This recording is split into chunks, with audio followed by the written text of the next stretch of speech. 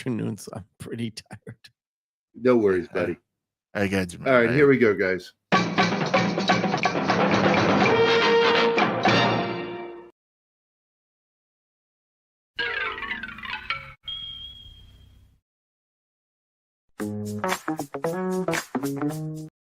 Now we want to hear you do it. No, I'm not in the mood. Sorry. Not in the mood. Okay. No. Mood is for cattle and women. Yeah, mood is for cattle and women. So they're all living in Texas? Well, you can tell by the peat moss is on the east side of the tree where they're living. No, I mean steers and queers. Never mind. No. Oh. That's what's in Texas. Are we still on the air? Are we still on the air? What? Now. Do you realize they took over the queer word, and which was it used to be a slur. It's not really a slur. Started out different. It started out almost all the epithets in the alphabet community came from the alphabet community until it hit the common parlance and became part of the zeitgeist, and then it became a slur when it was used because it was used by telling people you, not in the F word. The F word is like 3-4 years. Oh my God! From being back, baby. Back, baby. Back. Well, it's still over there in Europe, but they're starting to frown on it over there because it still means cigarette over there. Ladies and gentlemen, this episode is brought to you by Backdoor Beaver. Oh. And Handmade Films. Which goes in conjunction with the Backdoor Beaver. Also, this episode is brought to you by Monty Python humor being brought into Star Trek. There you go. Our planet is populated by Vestal virgins, all in need of a good spanking. No, Jim. I can't fucking read it because wait. Okay. There's peril. That's it. I order you to let me face the peril. Nay, Captain, it's too perilous. I order you to let me face the danger or peril. Life is full of peril. So, Gambit is first one in house. Howdy today. Boy, I'm going to tell you what. You will never hear more menging than you will from my buddy Gambit here. If we get one thing fucking wrong, well, it's into IMDb. Why didn't you know that? Oh, Gambit, please let go. IMDb is not the best source of information. It is a good source. It is a good source, but not the best. I agree. Not the best. And what I did is I said the wrong name of a composer because I do confuse Maurice Jarre and Ennio Morricone all the time because they're two great composers, European composers that are stuck in my head, and sometimes I will say one when I mean the other. And so I did that when we were talking about the film Frantic. And he brought up the fact that, well, it's in IMDb, and I just laughed when I read that. I'm like, you prick. Like, yeah, thanks. You could have just corrected me, but no, you got to throw IMDb in my face, you motherfucker. Because with him, it's a joke. He's throwing. I'm sure he was trolling me. I fucking love Gambit, dude. He's throwing the IMDb joke right back at you. Yeah, there you go. By the way, Gambit is here. Oh, it's good to see you, buddy. What's this? Sean Connery came out of Outlet, to do this movie. They didn't think he would do it, but we'll get to that. We will get to that. Before that, we have a super chat from Christian Delorme. Hey, Christian, just curious. Did you enjoy my comments in the private phone chat group that we're in? Oh my God. See, I'm telling you, it's back, they got into a discussion, and I noticed that at least two of the three that were talking back and forth were Canadians. And I said, what is this, some sort of Canadian porn chat? If it is, it's awful. They were arguing about music. Oh my God, Canadians. Bill Barkley's here from Scotland. And Slasher Fred is here. And of course, Penny is here. Hi, Penny. It's good to see all you guys. I hope everybody's having a good Friday. Man, it was a rough week. I'm sorry about Wednesday, man. I woke up and immediately was like caught off guard by that news of what happened down there in Georgia and the shooting. And I just, I couldn't get my brain wrapped into doing a show. And so I'm like, man, I can't do the show today.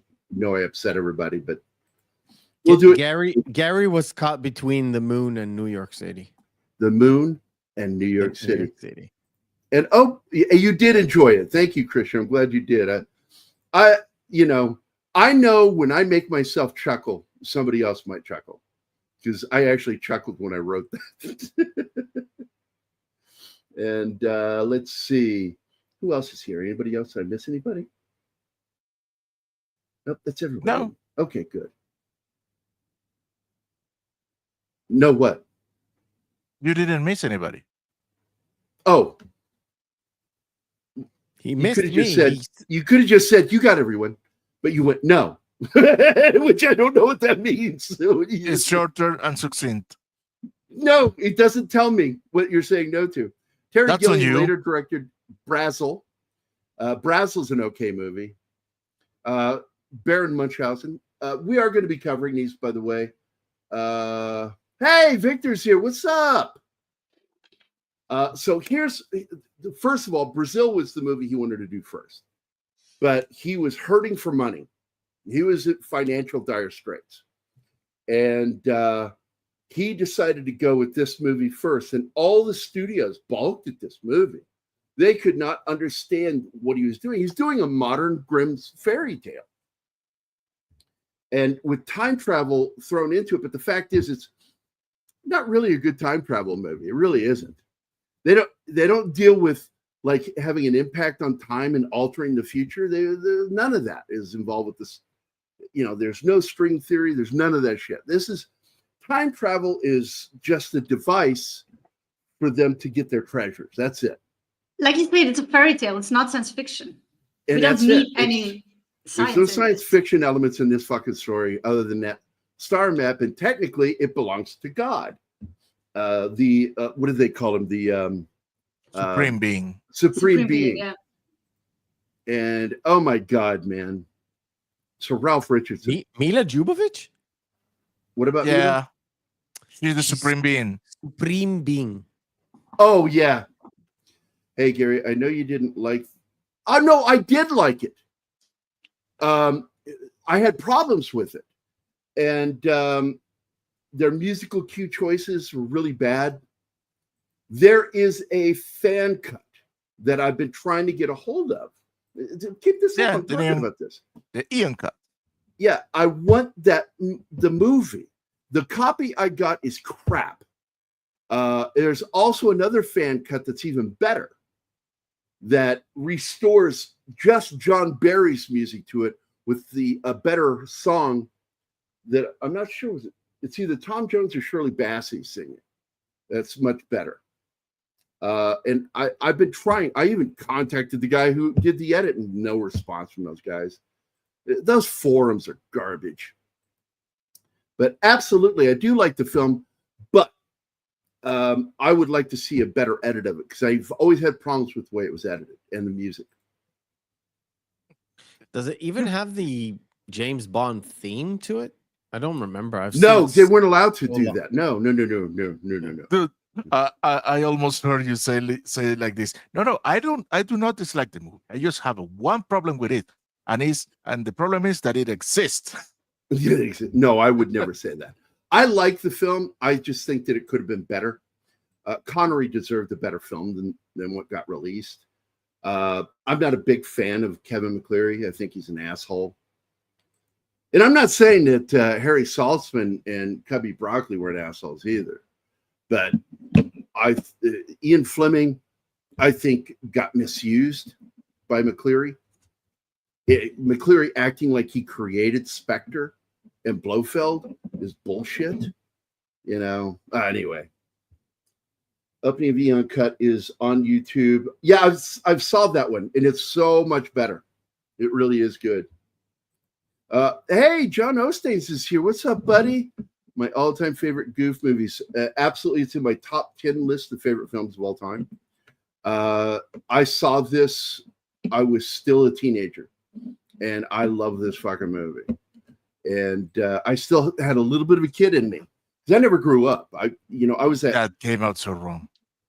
I never grew up because I was forced to help take care of my dad as a child, and so I never became an adult, and I never got to be a kid because I was just faced with things. I mean, when I was 11 years old, my dad threw my GI Joes away and said, "No more dolls." I'm like, they're action figures. So essentially, what you're saying, you have a Michael Jackson complex? No, it's called. No, there's a real name for it. It's called the Peter Pan syndrome. Peter Pan syndrome. Yeah, that's exactly what Michael Jackson had. Oh yeah, he absolutely had it. But I worry. Yeah, but fueled by tons of money. Yes. I'm surprised his dad didn't steal most of it. Oh God, that guy was a bastard. I swear to God, piece of shit. Oh, dude. I mean, all I know is that family came from Gary, Indiana, and someone said to me that, "What, you don't know the shtick about Gary, Indiana?" And I said, "No." Was there a song? Like the Jacksons are from there. It's like, yeah, but go check it out. Bill, I'm gonna give you my email in the chat because I don't care. I'm publicly known. You can find my email on my website, elsewhere. And here you go, buddy. Besides, if you do something stupid like come to his house, he's armed to his teeth. So, yeah, it's not a smart move. I mean, if I don't get you the 22 cats will. It's like that movie, Death by 1,000 Cuts. It's what's that movie? The horror film by Stephen King about the cats. Sleepwalkers. Sleepwalkers. Yeah, it's Sleepwalkers, here, brother. I No, love cat people. We are going to do that. I'm not going to do the original. I actually like the one that was done in the 80s. I like that movie. And I love David Bowie's song. Nastasia Kinski, Malcolm McDowell, John Hurd. That's my first introduction to Annette O'Toole. Yes, mine too. I became a fan of hers because of that one. Also, one of my first movies with Ed Begley Jr. in it, because I knew him on St. Elsewhere. But to see him in a movie, I was like, oh, he's in a movie. Look at that. David Warner has the same Woody. By the way, I want to point this out, that the original actor that was offered the role for Evil in this had to turn it down because he was doing another film at the time. It starts with a T. I can't remember the name of the film, but it came out in the same year, 81. But what is his name? He played Darkness in Charlie Murphy. Darkness. No, from TV. Now, because that was supposedly the singer's nickname for Eddie Murphy's brother was Darkness. What you doing, Darkness? But anyway, no, he played Darkness in Something Wicked This Way Comes. Jonathan Pryce. And Pryce was the one offered the role, but he was committed to another film and couldn't do it. Hey, we got both Ostains in the house. Look at that. Look at that. Good to see both you. I will sit there and I will even say something to Anima about this. Like, man, I haven't seen the Ostains in a while. I hope they're okay. You know? And we haven't been doing any of the UFO shows with Dawn because poor Bailey, she's been sick. She got put into cone of shame. You know, I shared all that stuff with you. So no, I don't want to go into it because that's not my place to talk publicly about it. Okay. All I know is that she did get put in the cone of shame. She looks miserable in those photos. She is. Poor thing. But she was so adorable. I was on the video call with Don this week, and we were talking. He goes, Gary, I want you to see something. And he moves the camera around, and you see Bailey on the floor. No cone of shame anymore. Just sitting there with that look. And he goes, you see that look she's giving me right now? I said, yeah, it's a sad eyes. He goes, and here's why. And then he moves the camera 1 inch, and you see the big bucket of kibble. She wants her fucking kibble. And him talking to me was keeping her from her kibble. That was funny. Now, have you noticed when the comments are up, Gary's head matches perfectly with Wally's body? That's yes, true. It does. I like that. That's great. And by the way, there is a breakdown out there that explains to you which is which, but there originally was supposed to be 7. A decision was made not to be 7, and so they said the other one, the 7th one, was killed. He had a horrible name, and I'm glad he's dead. But the fact that there are 6 of these, and each one of the 6 represents a member of the Monty Python crew. And I absolutely 1000% believe this with Terry Gilliam, and that Randall represents John Cleese. And what's his name that eats anything, like eating the rats and everything? He's Terry Gilliam. He is Terry Gilliam. Graham Chapman is Jack Purvis's character. I think Vermin is his name. Vermin. Terry Jones. Yeah, and Terry Jones is the one on the far left, and Chapman is the last one. So there you go. And then there's 6 of them. And I forget. I always forget the other guy. Forgetting Eric Idle. Yeah, Eric Idle. I always forget him. I don't like Eric Idle. I don't like him. I think he's a cunt. But always look on the bright side of life, Gary. He writes great fucking music and great lyrics, but the guy is such a cunt. Because like the girl that's in charge of so many things that have to deal with Monty Python, he publicly just wrote her up one side, down the other. And it made the other members of Monty Python go, hey, man, she's doing her job. Don't be a fucking prick because you're not getting rich off of everything, you know? As long as he's funny on stage, I don't care what he does in real life, to be honest. Yeah, he's funny. He's funny. I've always liked his music. It makes me laugh. I don't care. But as a person, can't stand him. Sean Connery played King David. He played King Agamemnon. Yeah. And by the way, there's nothing more fucked up than to hear Australians fuck up names. I think it's just minty. I trust that Australians are capable of pronouncing that name. Just he isn't, and it upset both of us. What, Agamemnon? Yeah, the way he says it is just fucked up. Well, the other guy called the Queen to Minestra, and I'm like, no, that's not how you say it. It's Clyde. The Y is pronounced I, Clyde. No, not really. It's Clee. Yeah, it is.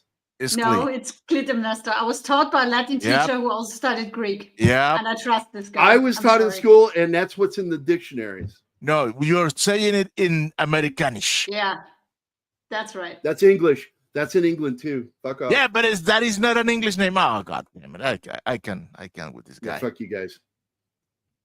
Clytemnestra. Yeah. Ministra. So anyway, if you ever see, it is not clit, because that's what he said. He said clit. Anyway, Chapman. It sounds like clit. It sounds like he's saying clit. He's saying clit and minstrel. Minstress, or menstruation. So it's menstruation is the way he was saying it, and it was funny. Clit, it made me laugh. Clit that terrorist group from Jane Silent Bob Strike Back? Yes. With the clit. With the clit. Well, at least he put the name up on screen so people can decide for themselves. What's interesting? No, okay, fuck off. I think the producer is having a mutiny. What? I will just fucking find this for you. He has never been in a movie before, and he wasn't even there to try for the role because he thought he was too tall. It was his brother who auditioned. But then they saw him and they wanted him.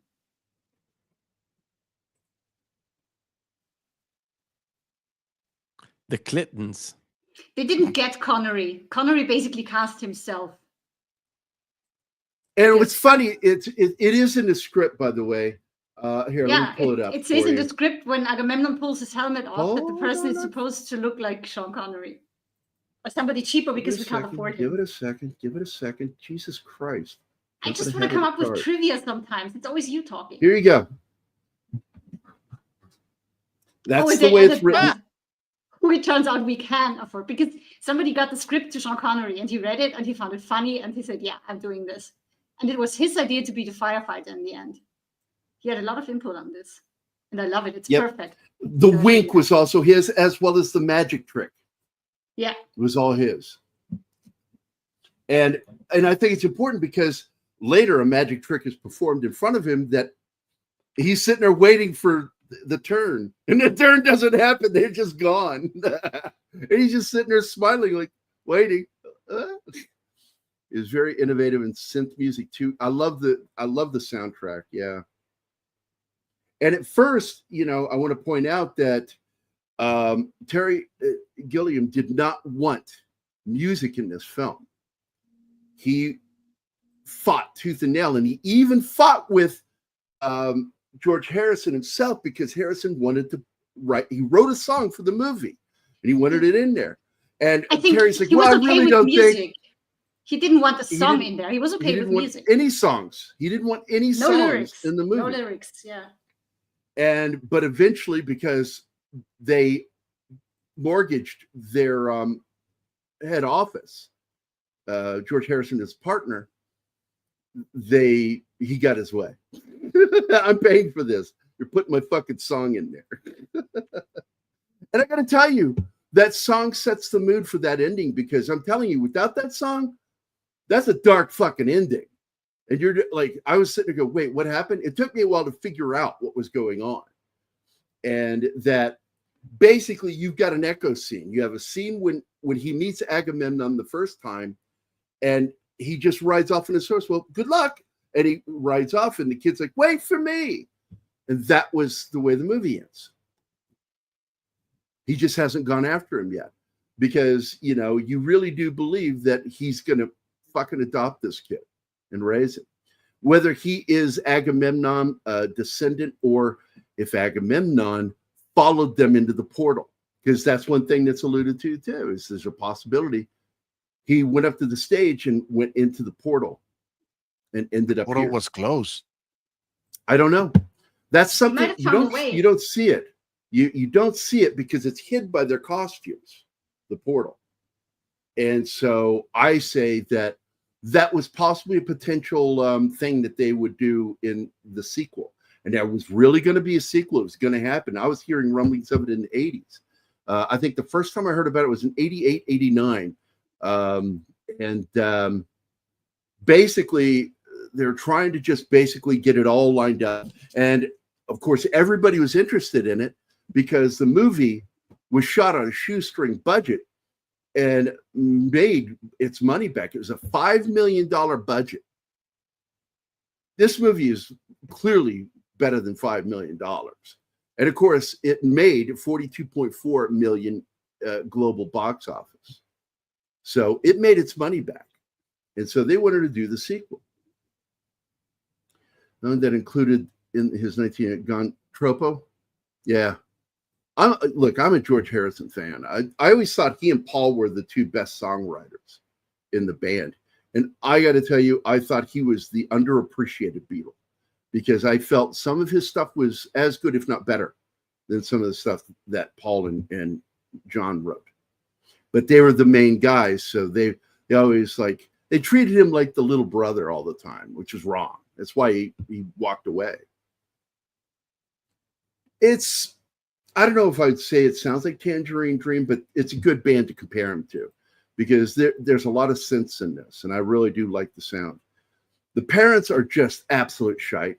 This is also told from a boy's perspective, and so you'll notice there's an absolute absence of any good, strong female role models. In fact, all the females in this story are almost pointless, or in Agamemnon's case, the future murderer, because she did kill Agamemnon. Yeah, she did. She certainly did. I thought the parents were played really well in this because they could give two shits about Kevin. They don't give a shit about They just have him because it's what you do. You marry, you have at least one child, you have a house. All they care for is appliances and apparently their couch because they put plastic cover on it, which is something that I hate. And of course, this is something you find as a common theme in the Grimm fairy tales. The wicked stepmother, the wicked witch, and all of those stories where kids are being abused, and then all they want is their dad to save the day, you know. By the way, Your Money or Your Life is fucking insane. And that's Brian Benben. I forget how to pronounce his last name. Oh, fuck, I forgot his. It's Terry Gilliam's twisted way of putting a mirror towards the American crowd. Yeah, the American crowd and the game. Well, they were getting big there in England, too. Game shows were coming up in England. Isn't Gilliam Canadian? Is he Canadian or American? I don't remember. I thought he was from New York, but hold on a second. Let me go take a look. And don't get me wrong, I love Terry Gilliam. Yeah, me too. He's American British. Okay. He's American. He's born in America, but he to dual parents, and so therefore he has dual citizenship. I love the flashlight scene where it reminded me of Band on the Run when he shines the flashlight on the bandits in his room. It makes you wonder if Trey Parker and Matt Stone, when they wrote Underpants Gnomes, were thinking about this scene. I absolutely believe that when I saw that. Because they're very smart writers, even though back then when they were young, nobody gave them, you know, any credit. They're very smart writers, and they are very much of our age, like between you and me.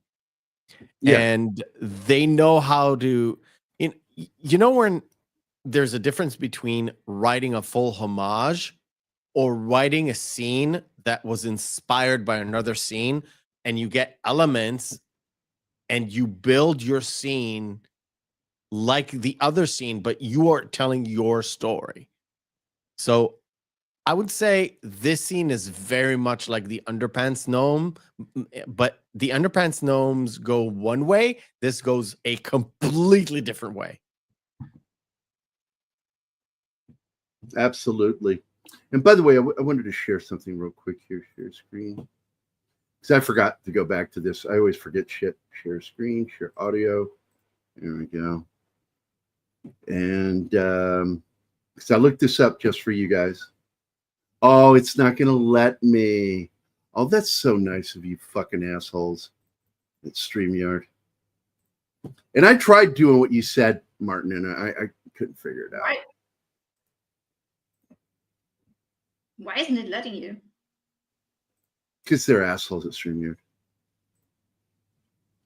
Damn. So here we go. They really are. There we go. Here we go. Full audio. If you would add that, Martin, pretty please. What? Oh. Make sure it's screen here. Yeah. Wait. I will do it normal speed. Let me know when you have it up. There it is. Clytemnestra. Just in case if you don't understand, I'll do it slow. Clytemnestra. Do it normal speed again. American pronunciation, you bastard. Anglo. Yes. Pronunciation. That is a no. You can choose the pronunciation.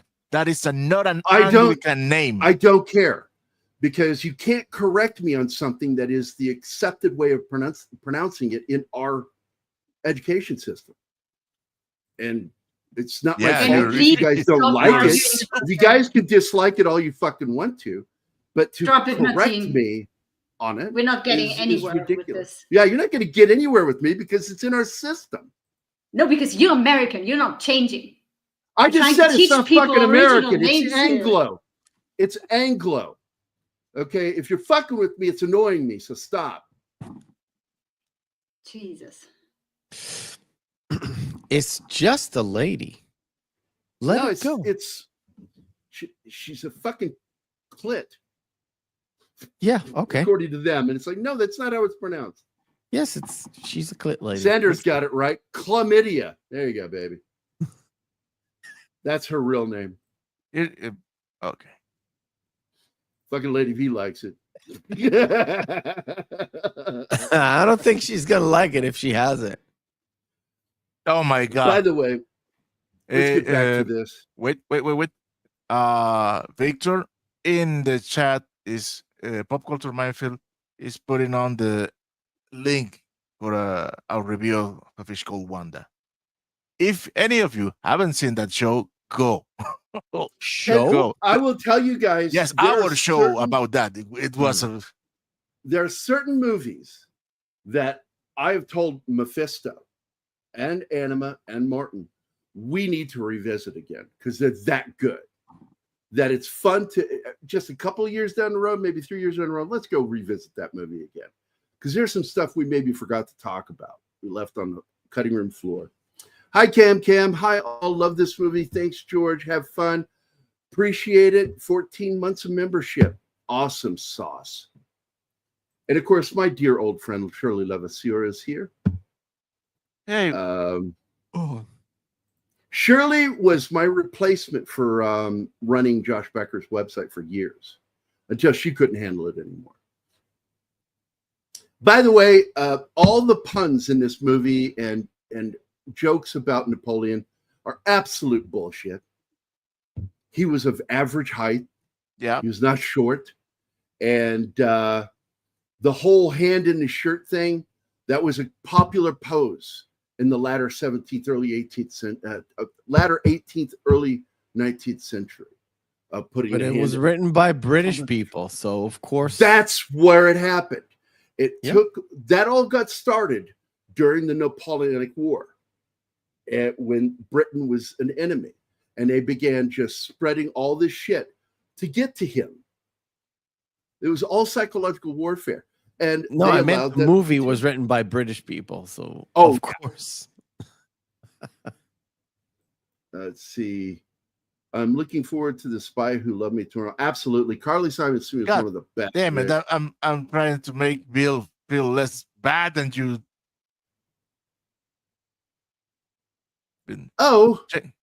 Yes, he's sending emails to you. Check them out. Oh, hold on. Yeah. Let me see. Yeah, nobody's ignoring you, buddy. Nobody's ignoring you. There's just a lot going on. A lot of moving pieces. Yeah, I got your right here. William Barkley. Oh, dude, don't send me dick pics. That is so fucked up, man. That's a dirty trick. No, he sent me the link. Thanks, buddy. I'm going to download that later. I appreciate it. And that would be, if this is the version, it'll be the one that we actually use for the when we do Never Say Never Again, because we will do that one.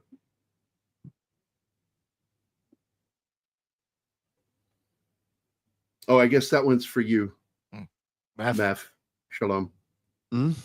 Sorry. Yeah, from John Osteen is talking to you. I'm very tired. Sorry.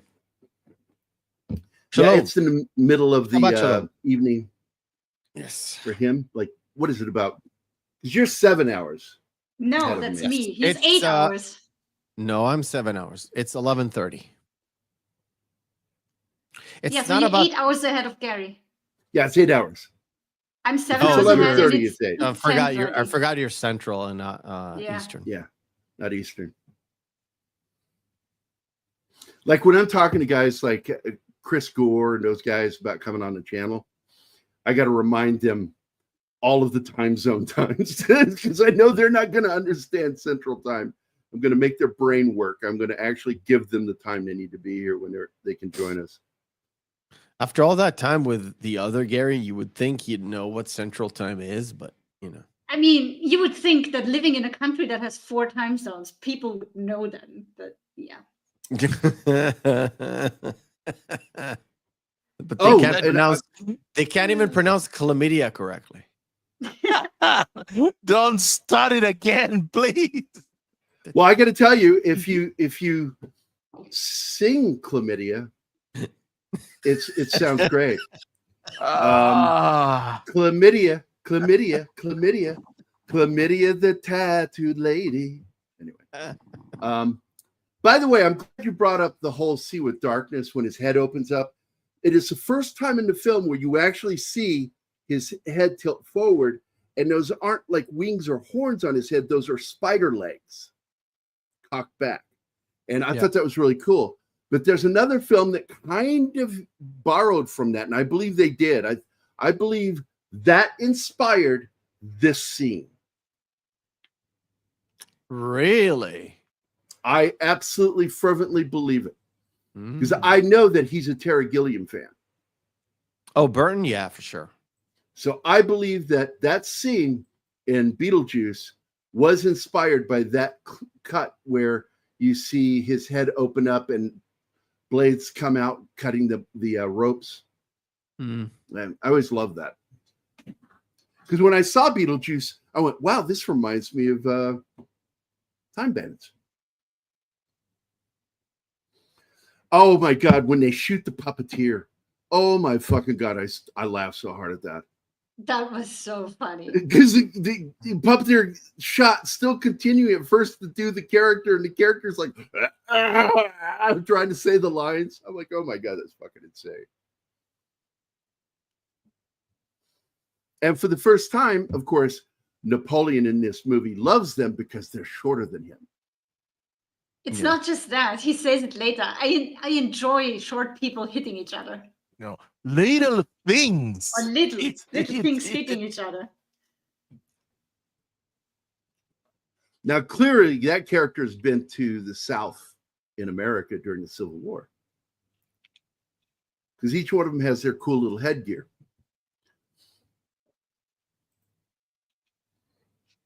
And I think my favorite, I mean, I'm a big fan of Jack Purvis and David Rappaport as Randall and Wally. But my favorite character is Fidget, played by Kenny Baker. Because I fucking love that character. He's walking around with a fucking steamer that you use in a pot for steaming vegetables. And it just fucking cracks me up. He's got a steamer on top of his head, weighed down by chainmail. It's so fucking weird.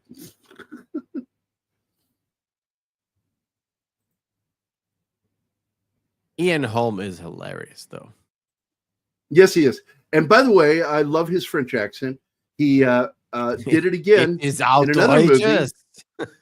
He did his character, the Belgian character in Greystoke, The Legend of Tarzan, to explain away Christopher Lambert's French accent or Belgian accent. Because I think he's Belgian, isn't he? Is it Lambert? Lambert. Yes, he is. Yeah. Well, I said Lambert for years until he changed it to Lambert. Yeah. He himself. He Americanized his name. He did it on purpose. He changed his name. Stop calling me Lambert. Call me Lambert. He just wanted to get the role in Mortal Kombat. He wanted movies in the U.S. is what he wanted, because that's where the money is. He loved making movies like Subway and all those films, but man, oh man, that was where the money was, in the U.S.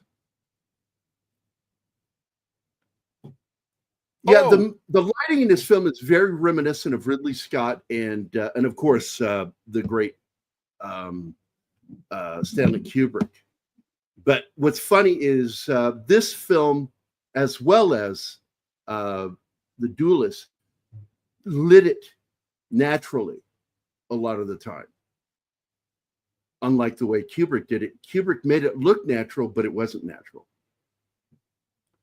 Barkley, I'd love to know what became of all these little dudes. Yes. Well, I will tell you right now that Go ahead. We have lost to the date that I know Kenny, and Kenny died in 2015 or 16, 2016. Yes, 16. That freaking year that took so much people. And oh my God, I forgot his name. David Warner died in 2022, which also took a lot of people. Like 2022 took out a lot of Star Trek people, like a lot. Yeah, it took. But they're talking, I think, about the bandits, the dwarves. Oh, I think, they're talking about the bandits in this, and so basically, like Malcolm Dixon died in 2020. Mike Edmonds is still alive. Edmonds played which character did he play? Og. He played Og. Jack Purvis, of course, sadly died in '99 from complications, illness from his accident. I don't know whatever happened to Tiny Ross. He played Vermin. And then Craig Warnock, who played Kevin, the kid, is still alive, but he only did 2 movies. So that's all the little people. The thing about dwarfism is their average lifespan is not terribly high. No, it's amazing when they make it into their 70s. It really is. Yeah, they usually go in their 40s and 50s. Yeah, Warwick Davis. What is he? Oh, close to 60, I think. Right? He was 18. It was 18 when they did Willow. So he's about 58, 56, something like that. I could be mistaken. I need to check, but it's not like I'm sitting by a computer with a Google machine. Yeah. Right. Oh, fuck. Or close to one of the tiny little devices that also have Google on them. I was absolutely right. 55. Anyway. Well, you got actors that suffer from even worse forms of dwarfism, like Hervé Villechaize. He suffered from a different kind of dwarfism which is why I felt it was wrong for what's his name to play him, because he has a different kind of dwarfism. He was more akin to a midget in looks, but he was a dwarf. But his dwarfism caused his internal organs to continue growing while his bones didn't. And he was slowly being crushed on the inside, which is why he put it to his chest and ended it.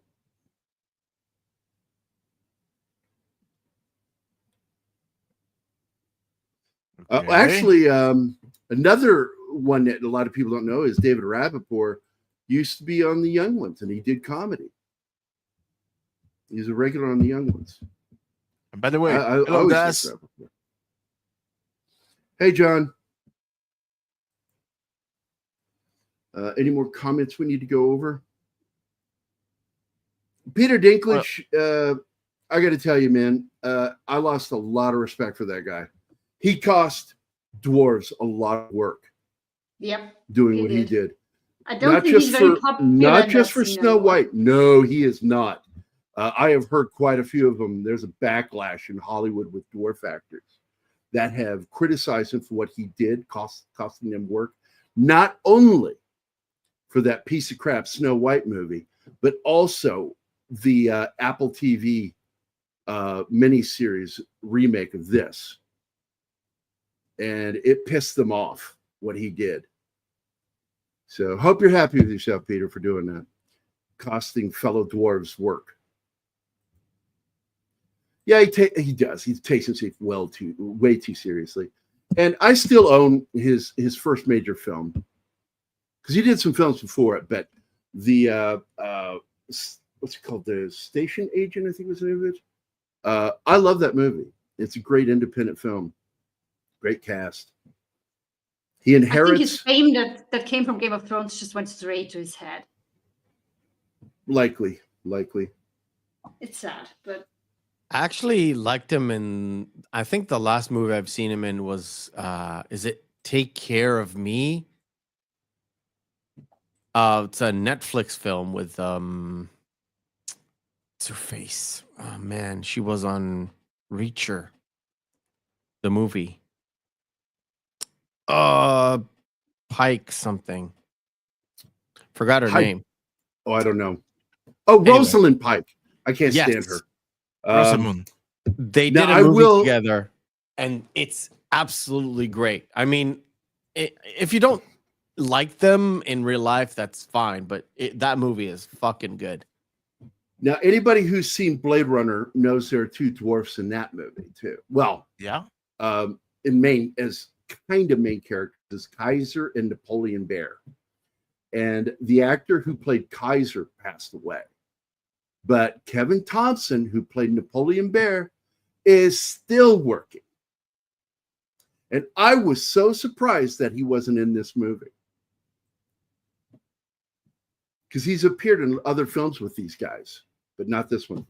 Maybe he was the one that was going to play the one that died. Maybe. There he is, that dude right there. Like whenever Robin Hood gives somebody some gold, it says, "Thank you for everything. I hope you have a great life." And then right after he does that, he fucking punches him right in the face. It's like so. And he says, "Do you really need to do that?" And he goes, "Yes, I really need to do it."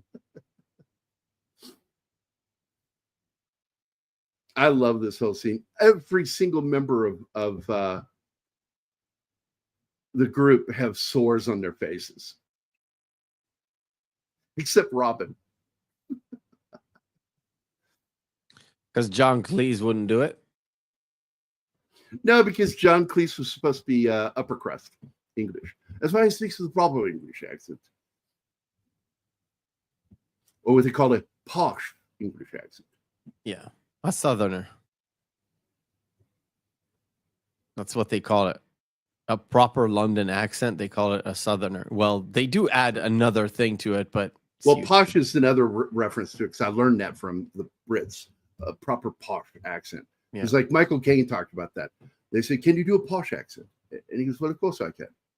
And Michael Caine did it and got that part for that movie. Because they thought, "Oh, he can only talk like he's from he's a Cockney East Ender." No, he can do a posh English accent.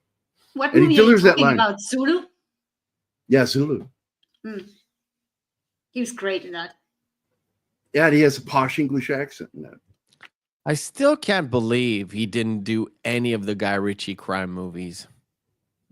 He would have been so weird, isn't it? Because it seems like he was born to be in those movies. Yeah. He could definitely play like a mean gangster in those. But yeah, Man, I rewatched The Gentleman yet again. This movie's so good. That movie's just... I like the series too, by the way. It's very good. I haven't watched it yet, but yeah. Anima hasn't seen it either. We're planning to watch it. But we did watch the last series they did, which was supposed to be a spinoff of the Donovan family. But they ended up making it a different family. Which one was that? The English gangster, Irish gangster family. Oh, I know what you're talking about. With Pierce Brosnan and Tom Hardy. Oh, Mobland. You mean Mobland? Yeah. I can't wait for season 2. That shit is great. Guy Ritchie has collaborated with Michael Caine on multiple projects, leveraging Caine's iconic status and distinctive voice. In The Gentleman 2020, Hugh Grant plays a sleazy private investigator named Fletcher, a role that features Grant adopting a Michael Caine-esque accent. Yes. That's why it, like when you said Michael Caine and I saw The Gentleman, I was like, look, Fletcher, Hugh Grant as Fletcher is my favorite Hugh Grant role of all time. Of all time. I had a serious discussion with myself during a bathroom session. And yeah. That's the best role he's ever done. Now it says here, okay, let me read this to you. Guy Ritchie and Michael Caine have not worked together on a film, while Michael Caine has collaborated with Guy Ritchie on multiple projects, including the 2019 film The Gentleman, which featured Kane in a prominent role. The two have not shared. What the fuck are we talking about? What prominent role was he in that? I don't remember him in that movie. In The Gentleman? Yeah. Was he a narrator, maybe? I don't know. It says it right here. I'm like, I think that is that IMDb? No. This is AI doing this, and it's like I call bullshit on that. No. I call Michael Caine was bullshit not in The Gentleman. I'm not sure about the series, but on the movie, no. I'm telling you, I watched it. No, yesterday. I'm calling bullshit on it too. I'm calling bullshit on it too. My eyes may be deceiving. Hey, we have 11 Alpha with us. Hey, buddy.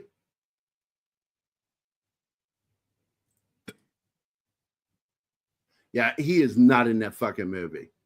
I'm like, their fucking AI is fucking high. Is that GPT version 5 again? I don't know what is this about, but and I don't want to know. But there you go, lady. You tuck it right, dance all night, dear. Oh no, with the O stage, you never know. It's going to be out very soon. I'm very excited to go see that. I'm also really looking forward to seeing Weapons. Yeah, I know Chris Gore and Al went to see it. Al Nung went to see it, and they liked it. But I'm planning to go Sunday. Al said, "I don't ever want to watch it again." Loved it, gave it a good review. I don't ever want to see it again because he found it too gory for him. He doesn't like gore. Whereas, doesn't like Chris Gore? Who doesn't like Chris Gore? I know Chris Gore likes gore. Ooh. I'm not a gore man myself as well. I like it in limitations. I like realism, but I don't like gratuitous gore.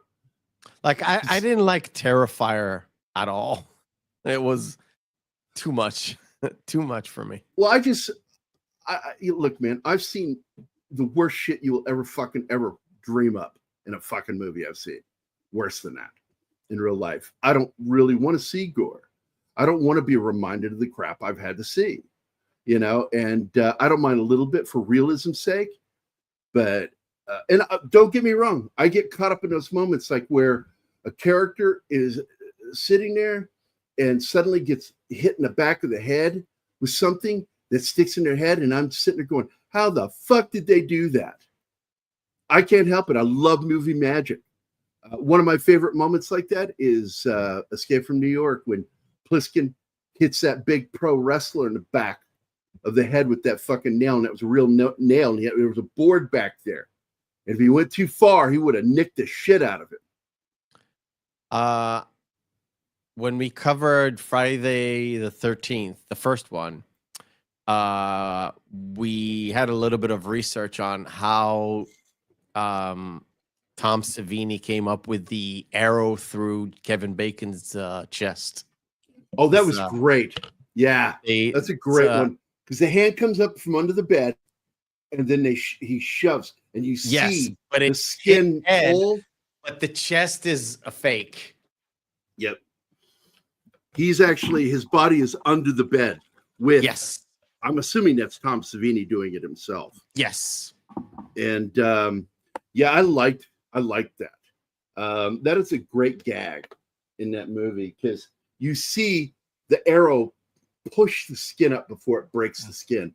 And I mean, yeah.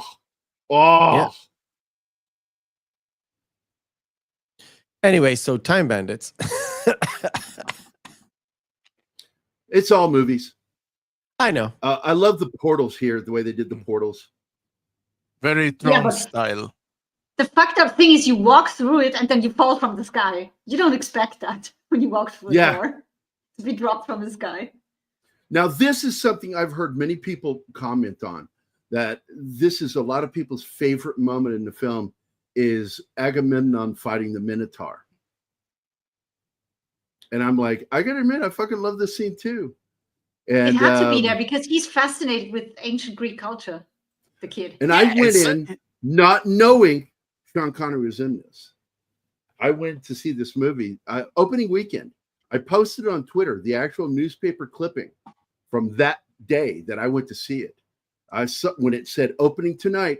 I went to see it opening night at the theater there at the mall, and I always got in free because Jim Woodward worked there and he'd let me go in. He was like when they did the sneak preview of Temple of Doom, I was his +1, and we were I got to see Temple of Doom the night before it got released. The worst one.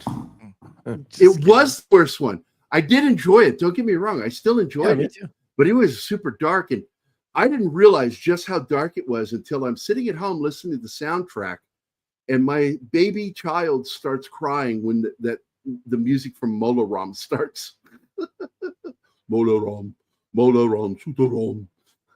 And my baby boy was like, it scared the shit out of him. What's this? Videodrome gives me the creeps. I've seen it one time, dude. I've only seen it one time. Because it's I hate to say this, it's a pun. It's hard to stomach. Because he does that body horror. And by the way, he doesn't cut the Minotaur's head off. Because it's a helmet. Yeah, it's a helmet. And it's but a lot of people make that mistake of it's symbolizing. It's supposed to be the Minotaur. It symbolizes the Minotaur. That the Minotaur was a man in a hood. Yeah, but the thing is, Agamemnon did not kill the Minotaur. The Minotaur was killed by Theseus in a maze, in an island. Let me explain. Okay, I'll just wait to explain. A lot of people have made the mistake of thinking that that's his head when they watch this movie. I know you can see an open area for the neck where he's actually looking through. That is just headgear for him. And that is not an actual biological fucking Minotaur. The other thing is this one guy that we listened to that was doing a discussion about this comments and says, that he's aging and his head is rotting. And I'm like, that's like, again, another person that fucking misunderstood what was going on here. That he is not a biological fucking Minotaur. It is headgear. It looks like he's about to get in this weird car and chase Mad Max. Yeah, right? My theory is that this is a convict that gets one last chance to get away alive. Because Sean Connery says sometimes you have to kill some of them. Or sometimes they need to be killed when a kid is so impressed. So that's what I'm getting from that. That this man was fighting for his life and he lost. CJ absolutely pissed me off when they did it. Because again, they suffered the curse of Peter Dinklage. And they hired a bunch of... You got fucking Lisa Kudrow to be the main character. She can't act to save her life. Oh. Not a fan. So everybody goes, well, did you at least watch one? I went, fuck no. I'm not going to give them my viewership. No. I saw that image on their IMDb page and was like, yeah, fuck off. I'm out. Not interested. And I was glad that Gilliam didn't. I'm glad Gilliam didn't hold back his criticism. The reason that show got made is because the company sold, Handmade Films sold, and he lost the rights to it when Handmade Films got sold. By the way, if this were part of my Sean Connery joke, he goes, well, what exactly made you Agamemnon? He goes, well, I wore a hairpiece. And he did. Now, a lot of people thought that he wore a hairpiece through all of the Bond films. I went, no. It wasn't until the latter Bond films that his hair got so thin that they couldn't dress it up anymore. Because they played with his hair to make it look like he had more hair than he did. I think it was Goldfinger. Spray. Yeah, the Steven Seagal spray. Yeah, that spray thing. It basically all it is black flocking. It's like, what the fuck, man? Just $10.99 on the Home Shopping Network. Right? I love that Connery embraced his baldness. You know, he just eventually just accepted it and started playing roles, you know, with it. Even though later he did put a hairpiece on for Captain Ramius in Hunt for October. Yeah, he put a piece for The Rock as well. So he started off with a big long great hair. little story. By the way, Reed by Nature is here. I haven't said hi to Reed. Hi, Reed. Good to see you. On the set of Goldfinger. For Goldfinger, that was the first one where they couldn't cover it up anymore, and he had to wear a hairpiece. And they're done filming. They're sitting on the beach, hanging out. There's a gazillion people just watching what they're doing. And he spots his hairstylist, and he takes the toupee and flings it at him like a frisbee, loudly saying, "I guess I'm off for today." I love that. Hey, D-Bud Martin's in the house. Hey, D-Bud, how you doing, buddy? Good to see you. I usually have to go on other people's streams to see D-Bud. I'm glad he's here today. He's so busy. He's on all the streams. Oh, man, so many. I'm always glad you take, all of you, I'm glad all of you take time out to come hang out with us. Because I always say the reason we do the show is because of the chat. I wouldn't do the show. I wouldn't have anything to do. I'd just sit here talking about movies. I'd be minty. I would just do minty shows where I would just record information. And I wouldn't be here. Well, you would direct. I would have you direct the episodes. No. If you're going minty, I won't be here. I don't like it. Well, no, I would do it better than Minty. In fact, what I would do is I would tease Minty in the videos going, "Oh, and by the way, don't listen to Minty. This is what actually happened." Because I like Minty. I do. I teased him today. I teased him. I said, it's a fact, a known fact that there were sequels. It wasn't a rumor. What are you talking about, rumor? I love Minty. But maybe he meant Reamer. Reamer. It was meant as a trilogy. It was thought about to do a trilogy, and I'm always happy with that. Sing Blue Silver. Well, yeah. Time Bandits is focused on a kid. Brazil is focused on an adult. And Münchhausen is focused on an elderly man. 3 stages of life, basically. By the way, Baron Munchausen was also a movie that someone sold me as, oh, it's another Monty Python movie. It's not. We're going to do that next week. At least that was the plan. It was on TV a week ago. Oh. Randomly. Nice. Because I don't really have cable, but the internet provider that we do have like really basic channels. So we have technically a celestial TV, but not really. Because it's all internet based. And so they have 2 movie channels, and recently they pretty much dead on with some stuff that they have. So by the way, the reason this film did better than Baron Munchausen is it has a more cohesive story. There are so many problems with Munchausen as a film. And then the other film he did, Brazil, that was his Oscar film. He made that film that was one of his dream films to make. I do love the movie, but it's also got a dark ending, a very unhappy ending, really. And tragic ending. And that's Gilliam, because Baron Munchausen doesn't even have a good ending per se.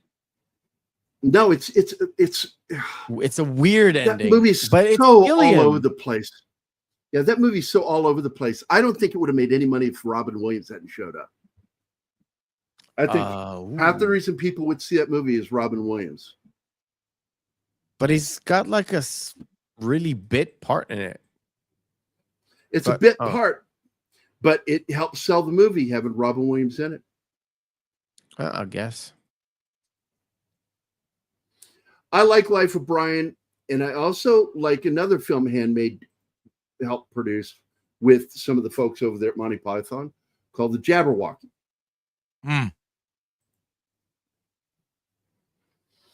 So I love this scene because Agamemnon loves magic. You get that earlier because of that scene that Sean Connery, added, doing the magic trick for the boy about the ball, the missing ball. And then the minute you see them turn with those faces, it's like, oh my God, it's them. You know it's them. And he's one of seen this Sean magic Connery's trick. great ideas. And he's waiting for the turn, where they reveal the trick. And he's just sitting there smiling, looking at the stage. And they're gone. They're gone. It's got what could be interpreted as a very down ending. But in reality, if you pay attention to the story, when he meets Agamemnon, what does Agamemnon do? He goes, well, if that's your adventure, be on with it. Good luck. And he turns around, he rides off. And then the kid goes, wait for me. And he follows Agamemnon, no matter how Agamemnon felt. And when the kid makes it clear that he has no intent of ever going back to his friends and family, he adopts him. Yeah, I believe that is either Agamemnon, because this might have been something that they broached with the sequel or sequels, the trilogy, was that they didn't close the portal when they left. That there is a moment where he goes up on stage, sees down, and goes into it. That could be Agamemnon at the end. Or it could be a descendant, because you kind of get that in the storytelling with Michael Palin and Shelley Duvall's characters. Yeah, because they play different versions of themselves over time, like reincarnation or descendants, whatever you want to have. No, it must be reincarnation, because if not descendant, because they are a couple. So yeah, and the guy's always faking it. Sander. Fucking Sander got me with the back. We're in the second hour. He was patient today. Give him his video. He's been asking for it since the beginning of the show. Yeah, but didn't we delete that? Because it's getting played too often? We got claimed? I've got 5 terrorists going southeast on Bakalakadaka Street. Gotcha. But no, what I'm getting tired of it. Scene in the movie that they shot was the Spider Sisters, who knitted the webbing that the Time Bandits get caught in one scene that was cut from the movie due to pacing and time and probably budget restraints too. It was fully shot. They just decided to cut it out. Yeah. Well, there was a mention of budget was involved with that too. So I don't know why. It might have been editing was the problem, because you got to pay your editor too. All right, guys, I'm going to go to bed. I'm good night, Meth. In the past 20 minutes. All right. Hey, we love you, man. And this one is for you, Meth. This one's for you. Oh. Pudding? No, thank you, sir. Because I always want to share my pudding with you. Matt, I love a pudding right now. I'm very hungry, but there's no way an old man like me needs to eat at 12. I'm literally going to turn into a gremlin. Yeah, right? It's past midnight. Don't eat. It's past midnight. After midnight, Eric Clapton. Yeah, I'm only allowed coffee. That's it. Anyway, good night, fellas. Good night, Gary. Good night, Anna. Good night, Martine, and everybody else in the chat. Thank you, D-Bud Martin, the best wrench in all of existence. Absolutely. Just great. Bye. And Gary, thank you for checking in on me. Always do, man. After a few days, if I don't hear from you, I'm like, where are you at, man? You okay? I'm good for now. All right. See you later. All right, buddy. Bye. I'll see you later. So that was good. It was good to hear from him. Always good to have him.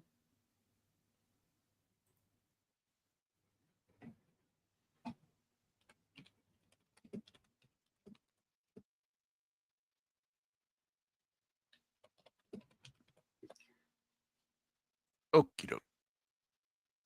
Hey, that's weird the way we're spaced now. Yeah, that's one thing that always trips me out with dwarves is their fingers look like toes, and it just when I was younger it weirded me out. It doesn't. Yeah, I mean, once I became an adult, it didn't bother me. But when I was a kid, I was like, "What's wrong with their hands?" It's the short legs for me. I always found that weird. Like How did they fit a knee in there? How does that Well, I work? grew up watching Billy Barty. Billy Barty was a huge part of my childhood.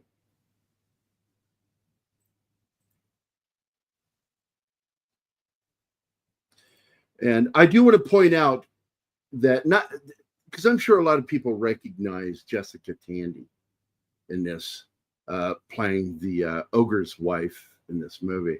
But I don't know if a lot of people know who the ogre was. Ogre was. And a lot of people, like Hammer Film, a lot of British productions. The guy was just in a lot of things, but he was also in Game of Thrones. It was the last thing he did before he passed away. And let me find a picture of him here because I got one. Oh, he was the guy who played the mountain that died during the show. And here he is. Because they went for 3 different actors played the mountain. One of them died. No, it's Peter Vaughan is the actor I'm talking about, and he was the blind man at the wall. That's the actor who played the ogre, Lord Mormoth. What a great fucking actor. I still think you should clip the scene where they stretch the ogre and show it to your PT guy. He's got a great fucked up sense of humor, so that's why I'm thinking you might enjoy this. It's like I make it a point. I make it a point because when we're laughing and joking, I don't want other people hearing what we're joking about. So I shut the door for him and me to just basically be able to talk and joke about the fucked up shit because he's a doctor in the medical field and he's got a great fucked up sense of humor. I love that this boat, this is the ogre boat. And again, the ogre is played by this gentleman. His name is Peter Vaughan, great British actor. And of course, Jessica Tandy plays the ogre wife. And she wanted to go without makeup. She felt it was important, blah, blah, blah, this and everything. What it was is she didn't want to go through the hours of makeup. Yeah. And so she came up with all kinds of reasons why she needed to be human. Yep. That she too is an ogre. She's just beautiful. And Jessica Tandy was gorgeous. I loved her on Soap. I love that show, Soap, man. What a great comedy. Well, she's mean in this because she wants to cook them. She's not mean. She's just cruel. It's a difference. But she acts with she's sweetheart all the time. All the time. Oh, I can hardly wait to cut them up and eat them. That would be so delicious, especially that little one.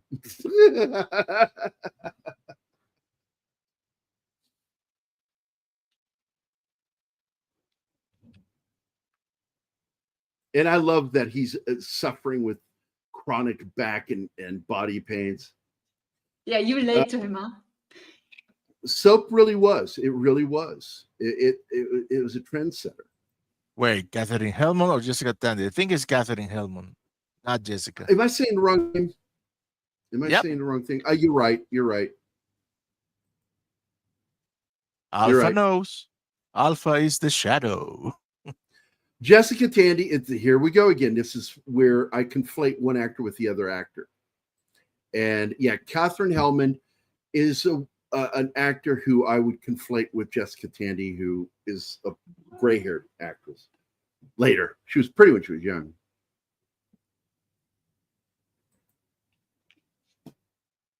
But she played Jessica on Soap.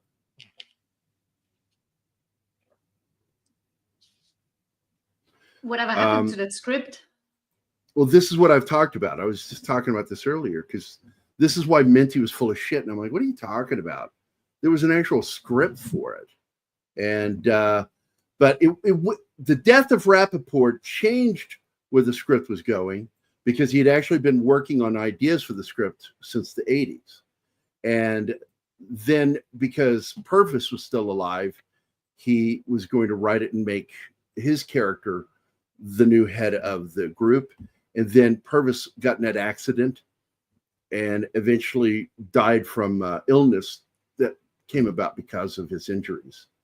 And once Purvis died, that was it. That was the end of it. There are rumors going all the way up into the 2000s. And there was even talks about, which I was all for, a comic book sequel, a graphic novel sequel, whatever you want to call it. There would be a sequel in that format. And I was like, I'd have been happy with that, because then they could have brought back all the characters. And yeah, I think that's the only way to do it. It's like with Galaxy Quest that never got a sequel because Rickman died. You can't do it without him. You just can't.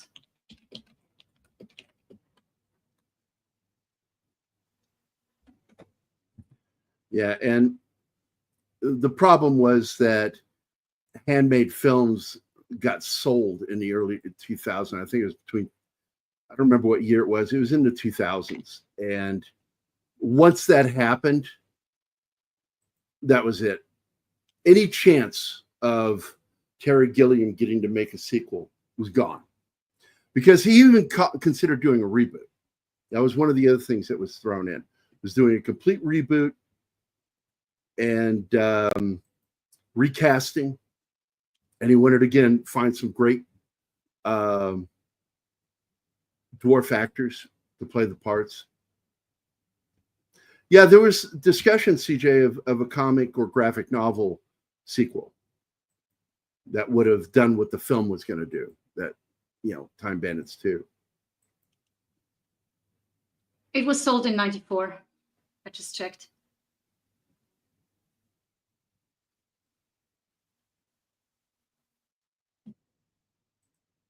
Yeah, Bill, I don't give a shit about the Harry Potter remakes. I always prefer the books over the movies anyway. I don't even give a shit about Harry Potter. Here it is. It was sold in 2016. Okay. To Park Circus. Park Circus purchased it, and that was when he lost any rights to doing a sequel. What I found is that it was sold in 94 to Paragon Entertainment Corporation of Toronto. They were still apparently working with him. Okay. But when they sold to the next owner, Park Circus, any chances was over.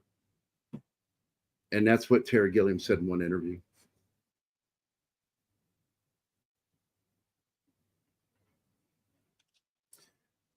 I love this giant with all those little ring tattoos or whatever the fuck those are on him.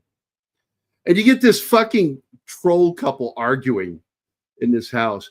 And the way this is done, the way this is done is with rear screen projection on a miniature screen that's built into the house. This is in camera. Oh, so no rotoscoping. No rotoscoping. When you actually see him step on it, you see the screen itself bend backwards when he stepped on it.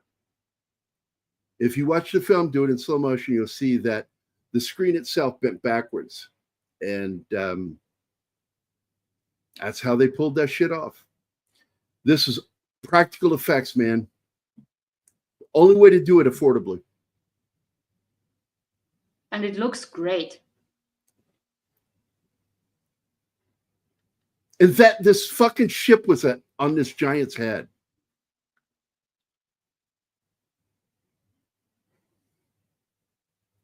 Because when I saw this, I'm like, why does it have sails? Yeah. If it's on this giant's head, it always threw me on that, the logic. That's your problem. Looking for logic in this. It's a fairy tale. Don't look for logic. Yeah. Why let it go? Doesn't matter.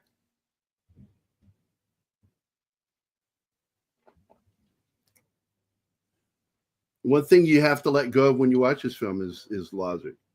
Just follow the characters. And there's a story. And there's a story. Brilliant. When they decide they need to put the giant to sleep. At its heart, this is like Star Wars. It's a story about fathers and sons.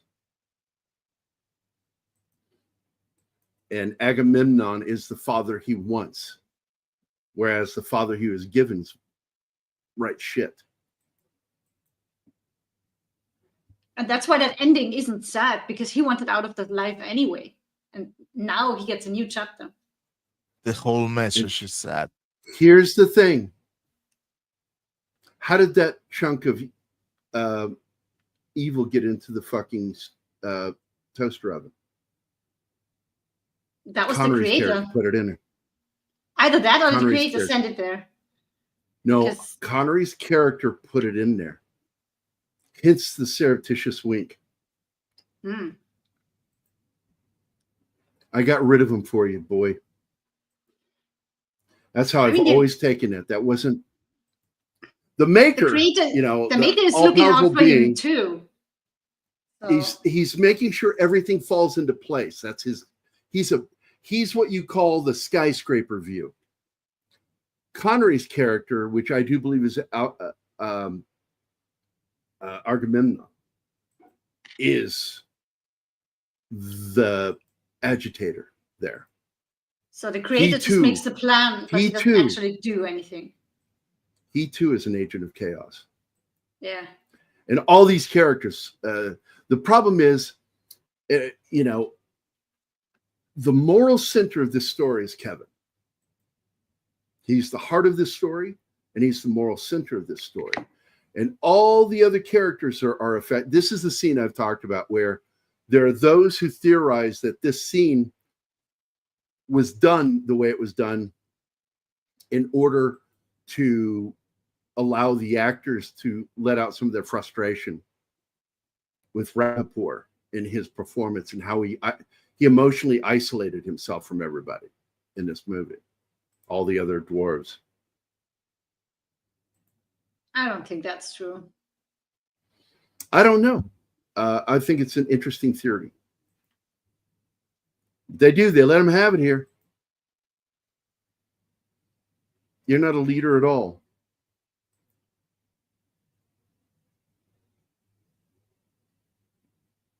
Threatens him with I'll take your head off with a head. And then throws the skull and it breaks the barrier. Not a very good protection. Literally taking us into the third act. Not just figuratively.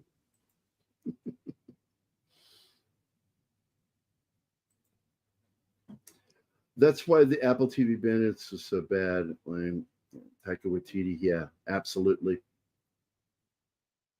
Got terrible viewership, by the way. Terrible reviews. I mean, that poster alone probably turned a lot of people away. Interesting. Yeah, we talked about that earlier again, but you were here when I said that he wanted to make Brazil first, but this is the one, and he was hungry. He was starving, that he thought he could get made. And he went to all the studio people and they're like, fuck off. But fucking George Harrison liked it. And so he and his partner at Handmade Films mortgaged their office building, $5 million to make this movie. Ballsy move, if you ask me. Very much so. And his partner, I forget his name, George Harrison's, he had all kinds of problems. He didn't like certain things in there. And Terry Gilliam stood his ground with him and didn't back down one time. Only person he backed down to. That's his name. The only person that Terry Gilliam backed down to was George Harrison over the song. And that was it. He stood his ground with everybody on this and fought tooth and nail to make this movie what it is. And the movie got released the way he wanted it released because he fought for that. This scene always reminds me of that heaven scene in Monty Python's The Meaning of Life.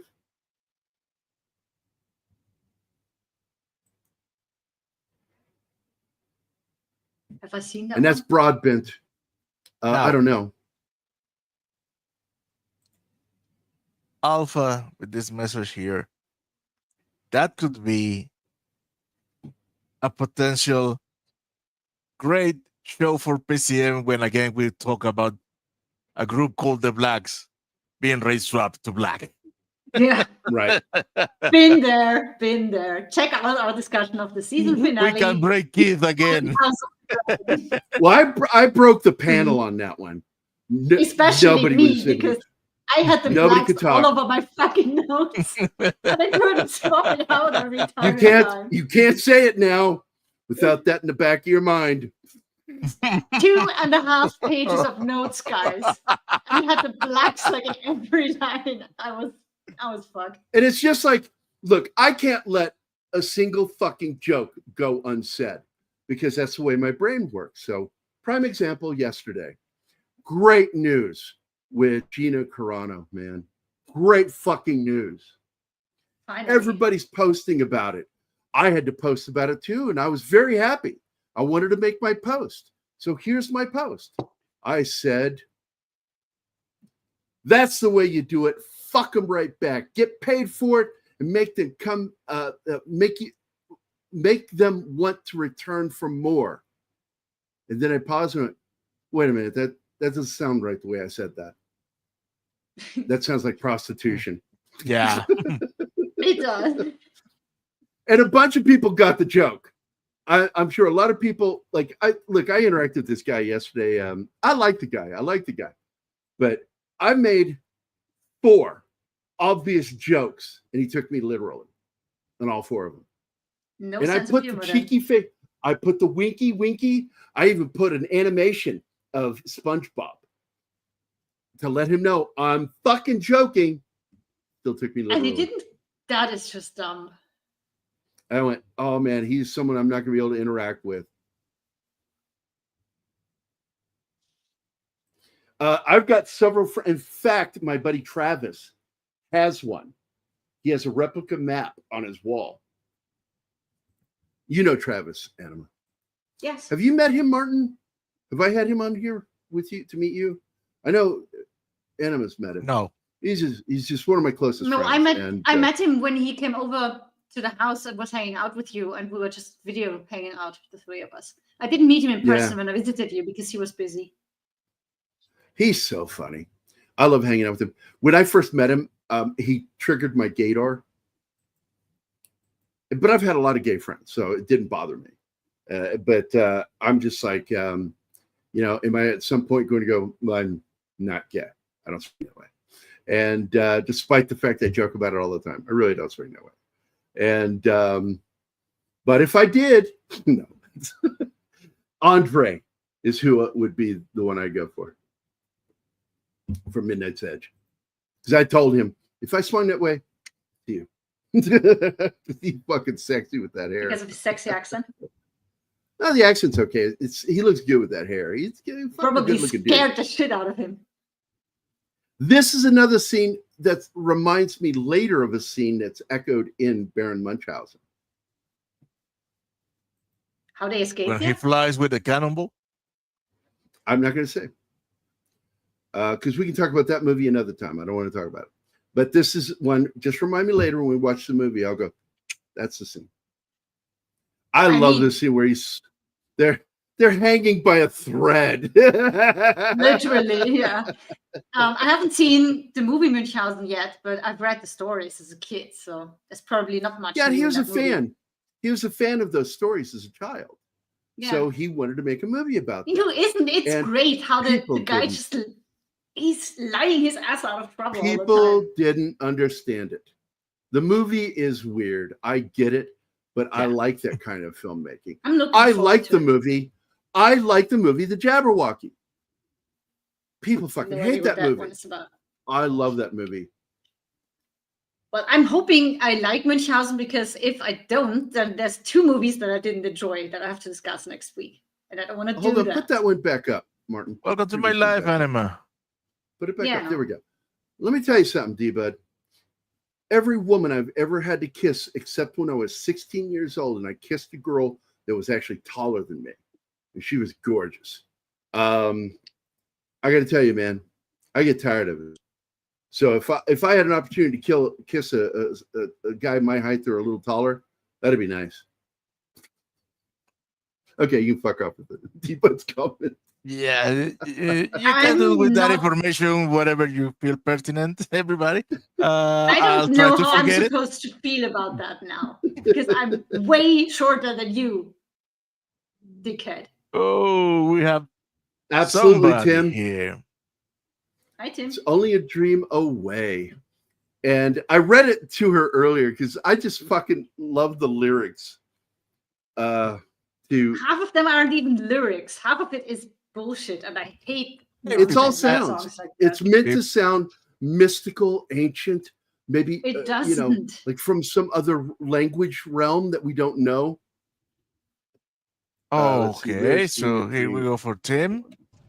By what name are you known? There are some who call me Tim. I was going to use the other video, but this is more accurate according to the cast and the nature of this movie. Yep. So one of my favorite things when I was a kid is when dramatic actors would read out loud lyrics to songs like shake, shake, shake, shake your booty. I love shit like that. So here we go. I'm going to read the lyrics to Only a Dream Away by George Harrison. It opens with the chorus. O-R-I-N-I-A, O-R-I-N-I-A, O-R-I-N-I-A, Ki-Ule, Ka-Ke-Ule-Wi, O-R-I-N-I-A, Se-Te-Le, Vi-Show. I'm like, that's crazy fucking words. And then, of course, it's got great words to it, too. Midnight Sunshine, Silent Thunder. These are all ironic statements. Sky as black as day, only a dream away. And then again, the rehash of the chorus, which I'm not going to try to say again, but waking while you're still deep sleeping, finding you're not here, watching a dream appear. Tumbling through 1,000 centuries, you don't know where you'll land. It's so dark in mythology, treasure of history to be found near the legends of time. All the handiworks remained there, only a dream away. And then the chorus again. And then the final outing. Greedy, feeling, wheeling, dealing, losing what you won. See the dream come undone. Stumble you may with the elementary. Lucky you got so far. All you owe is apologies. Measure the mystery and astound without taking up time. So the handiworks remained there, only a dream away.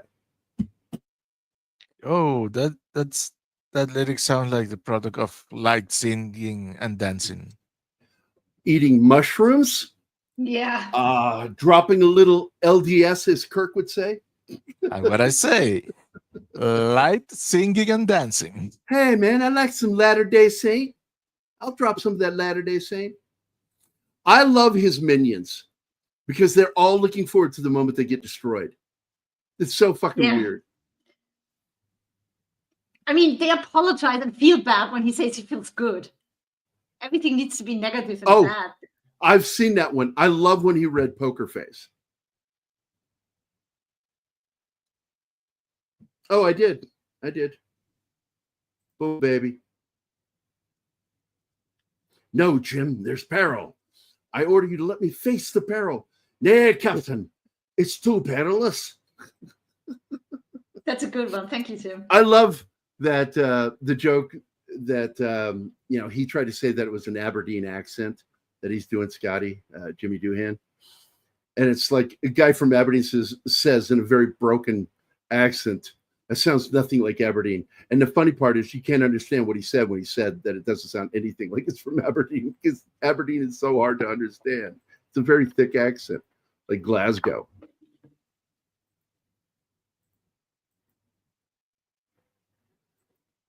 And again, in many ways, Kevin ends up taking leadership of the group. He's like you said earlier, he is the heart of this movie, and it's so difficult to make a movie centered on a kid without that kid being annoying. And this kid is so good as an actor and the character too.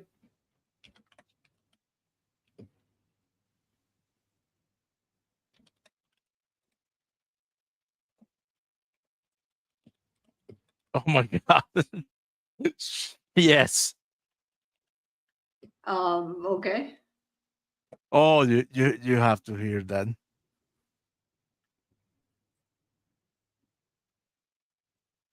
Yeah, Gambit, we pointed that out. You were here.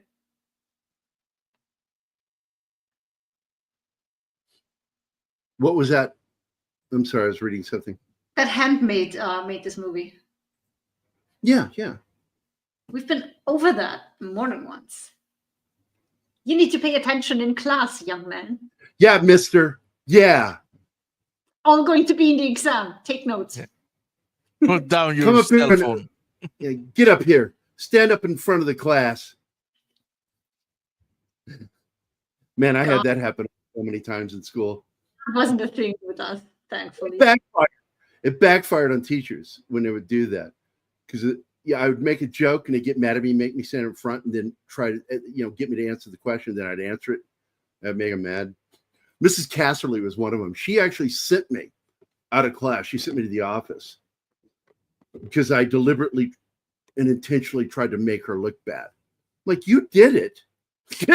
You just, because I was doodling in the middle of class, not talking, just doodling. And she asked me what she just said, and I repeated it back to her. She got really angry. I got sent to the office too because I made fun of her one day. I walked into class and did an impression of her, physical. I couldn't do her voice, but I stood up at the front of the class. I said, "Now everybody," and then I threw my arms together. And what she would do is she would put her hands on her hip and her elbows would point forward. Like, how do you do that? Well, I was skinny at that time. I was like 7th grade, man. I could do that shit, and I did it. I am, and I can't. She walked in on that, and she goes, "That's supposed to be me? Yeah, why don't you go to the office? We'll talk about it later." I'm like, all right. But everybody laughed. They thought it was funny.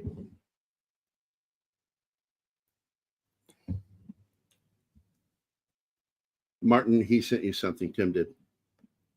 I like this little spaceship. It's so stupid looking, but it's cool. They all come to help them from all centuries and even space. It's crazy. Yeah, these old Teutonic suits of armor and shit, and then cowboys, and they all fucking die. Everybody dies. It's a great end fight, though. But it doesn't end there.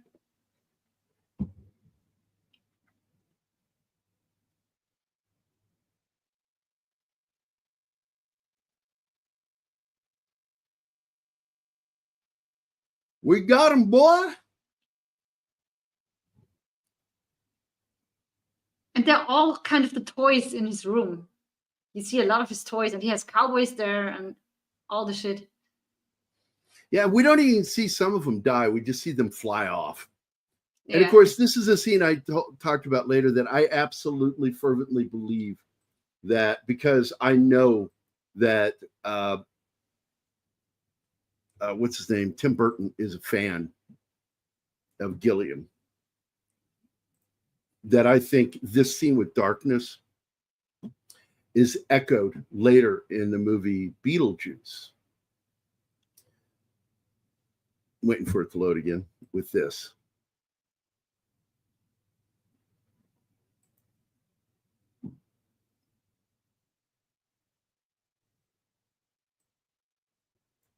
So, I mean, look at the weird creatures all around it, man. That's fucking cool.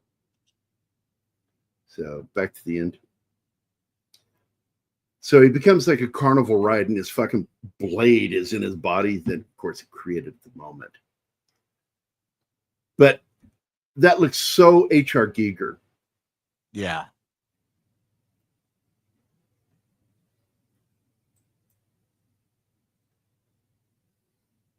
It becomes a giant, like, what do they call those? They're little pin cushions that you stick your pins into. He looks just like one that my grandma had when she was doing seamstress work. And again, I'm glad that he got this role, because I just, as much as I like Jonathan Pryce, I just think that his performance in this film as evil just nailed it. I also think that Sir Ralph Richardson as the Supreme Being is just fantastic.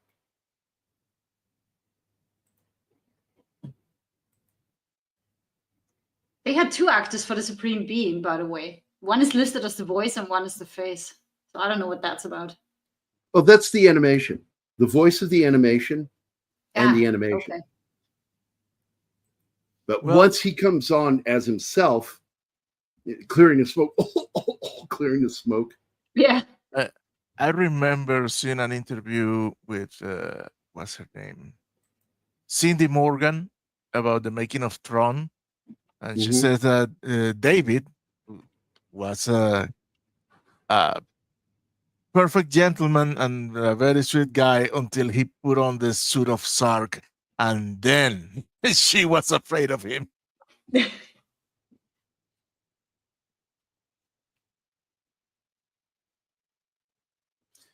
And of course, you know, hubris is his downfall. Because the Supreme Being didn't make me, I made myself. Yeah, no. And of course, he gets completely destroyed. And I love the warning the Supreme gives. Oh, be careful, don't touch that with your bare hands. That's concentrated evil. A piece of that ends up in the microwave. Absolutely, Reed. Absolutely. They both dip in the same inkwell. A little bit of absurdist and surrealism. All. Yes. Oh, this is when one of the dwarves gets killed. Yeah. Oh, wrong studio though. Apparently, we don't have it in here. Do it, Gary. Do it. Do it now. Ah. I'm so lonely, so lonely, so lonely and sad, real alone. I love Trey Parker's voice.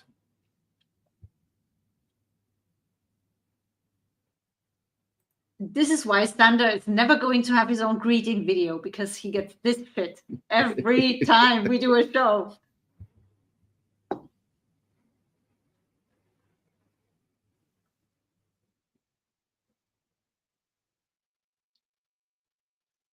There he is. You could just see behind the guy, yeah, the stones are Legos. Oh, giant Legos, yeah. Yeah. Which is why you end up thinking, oh, it was all a dream. It was all in his imagination. Look, Just for a tiny moment, though. It's Tarzan's granddad.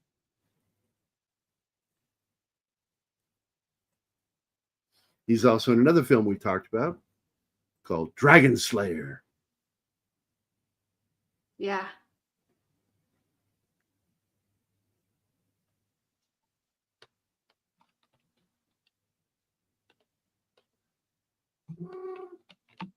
Oh, I know that voice. Yeah. She's fucking around on my desk. Being No very way. cute. I mean, not in this world.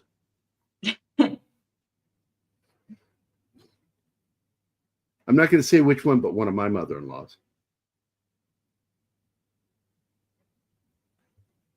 Well, you know, I love Kim Jong-un from that movie, that I have him on a lot of our thumbnails. And I love when you do that. I like this movie. I am taller than the stars. Well, some of them. I'm pretty sure I dropped one earlier, Austin's. More than one. Because I can't help it.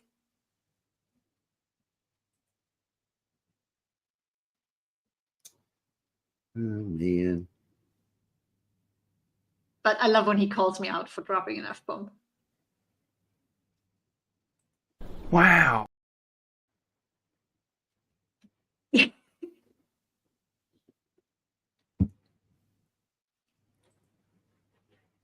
I love the knights all stacked up over there on the right.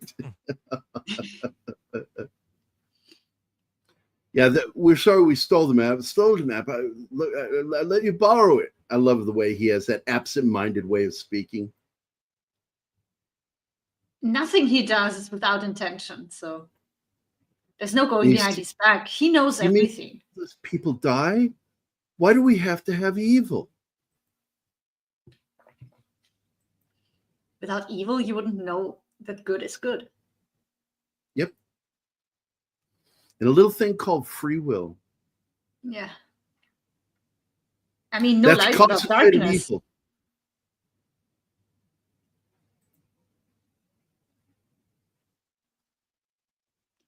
That's right. No way. Yes, that is right.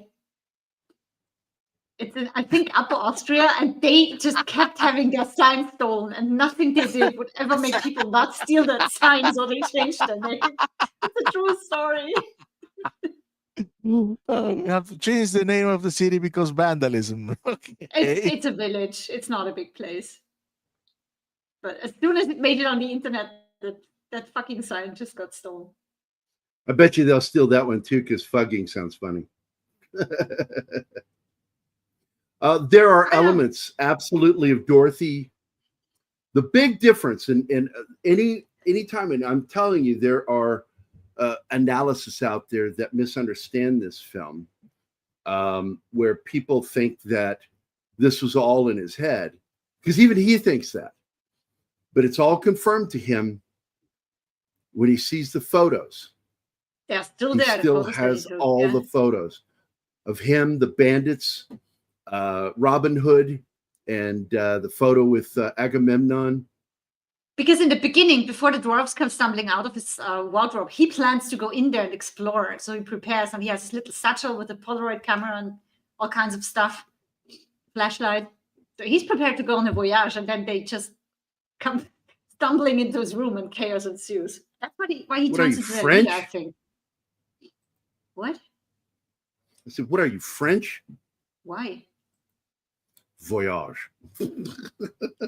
That's how you're supposed to say it. I'm sorry. I'm a language nerd. I will never Americanize words if I know how to pronounce them. Anglicize. Whatever. It's the remake of Invaders from Mars. Absolutely. We've done it, Bill. And I wouldn't mind doing it again sometime, and maybe even have my boss on, Dale, because that was his first movie. He not only plays a character in the film, he actually served as military advisor on that film.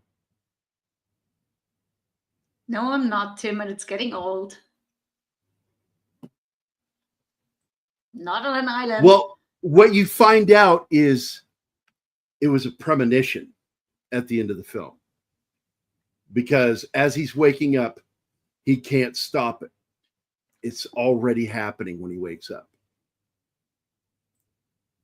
Well, in this one, he's waking up because there's a fire in the house, and Agamemnon as a fire. Talking about this. I'm talking about this. I don't care. I haven't seen this one. I want to talk about this. Yeah, movie. But that's what I'm talking about.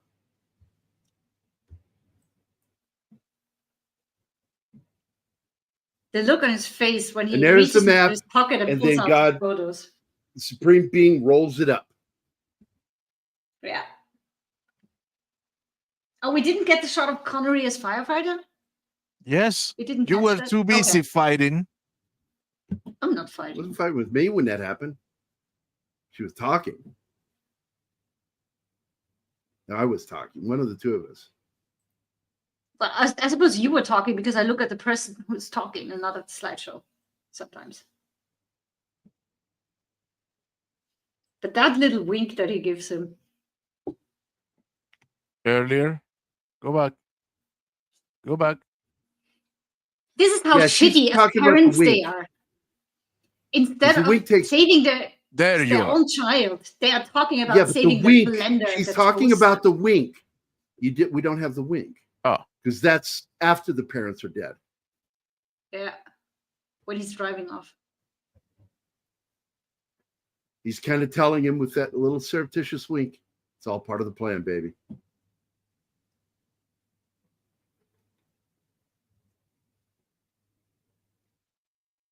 The look on his face. All really happened. I'm so glad they went with this kid and not with his brother. They're like, what, Kevin? Ignore him. That's where it turns back and he winks at him. Great fucking moment. Oh, the explosion is also not in the slideshow. Damn. Because they open the microwave and there's a bit of evil inside that caused the house fire. And she says, don't touch it, it's evil. And they both turn and touch it, of course.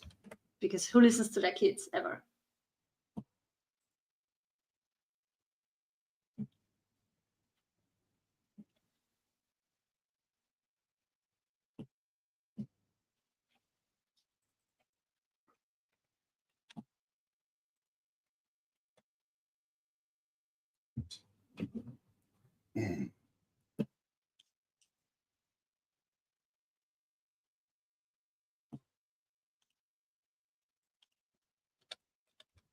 Woohoo!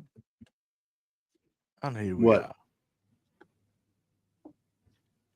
Celebrated Nothing, the just changing dropped of us the... back. Yeah.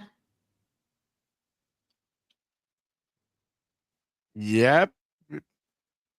You're right, Bangman's girl. I think he was pretty much an orphan anyway. They were never parents to him. Yeah. They thought that parenting means make sure he has a head over his roof over his head, clothes on his body, food, and goes to school. That's all their effort in parenting, and it's sad. I don't know. I prefer having food and bad parents than not having food at all.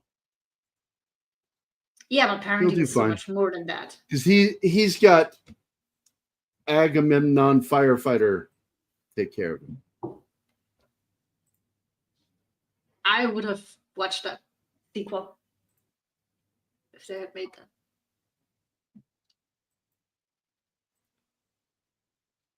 Because it's either reincarnation, descendant, or it's Agamemnon.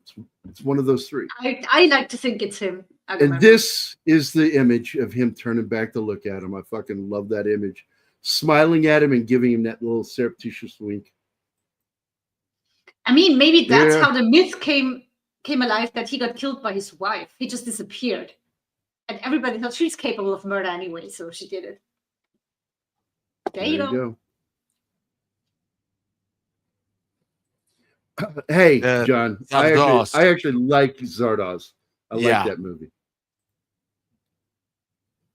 If you watch that movie and pay attention, it's a really good film. Yes, it is. You realize what's going on. Yes, he's weird looking with the fucking whatever the fuck that outfit is.